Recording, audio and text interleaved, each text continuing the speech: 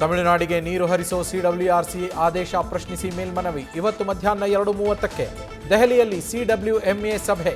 ಆದೇಶ ಬದಲಾಗುತ್ತಾ ಅನ್ನೋದೇ ಸದ್ಯದ ಕುತೂಹಲ. ಕಾವೇರಿ ನೀರು ತಮಿಳುನಾಡಿಗೆ ಹರಿಸದಂತೆ ಅನ್ನದಾತರ ಆಕ್ರೋಶ. ಈ ಹಿಂದೆಲ್ಲ ಸಿಡಬ್ಲ್ಯೂಆರ್ಸಿ ಆದೇಶವನ್ನೇ ಎತ್ತಿ ಹಿಡಿದಿರುವ ಸಿಡಬ್ಲ್ಯೂಎಂಎ ಈಗಲೂ ಅದೇ ರೀತಿಯಾದರೆ ಪ್ರತಿಭಟನೆ ಮತ್ತಷ್ಟು ತಾರಕಕ್ಕೇರೋ ಸಾಧ್ಯತೆ. ಕ್ಲೈಮ್ಯಾಕ್ಸ್ ಹಂತದಲ್ಲಿ ಸಚಿವ ಸಂಪುಟ ವಿಸ್ತರಣೆ ಚರ್ಚೆ. ಕಡೆಗೂ ಇವತ್ತು ರಾಹುಲ್ ಜೊತೆ ಚರ್ಚಿಸಿ ಪಟ್ಟಿ ಫೈನಲ್ ಮಾಡೋ ಇರಾದೆ. ಯಾರಿಗೆ ಸಿಗುತ್ತೆ ಮಂತ್ರಿಗಿರಿ ಅಂತ ಆಕಾಂಕ್ಷಿಗಳಲ್ಲೂ ಕುತೂಹಲ.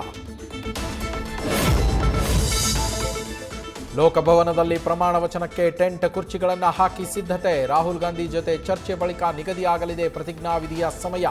ಇವತ್ತು ಸಾಧ್ಯವಾಗದೇ ಇದ್ದಲ್ಲಿ ನಾಳೆ ನೂತನ ಸಚಿವರ ಪದಗ್ರಹಣ.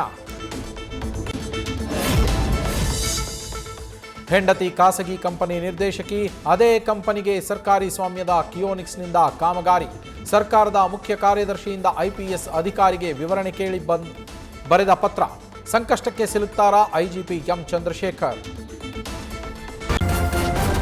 ನ್ಯೂಸ್ ಫಸ್ಟ್ ನಿರ್ಭೀತಿಯಿಂದ ನಿಮ್ಮ ಪರವಾಗಿ.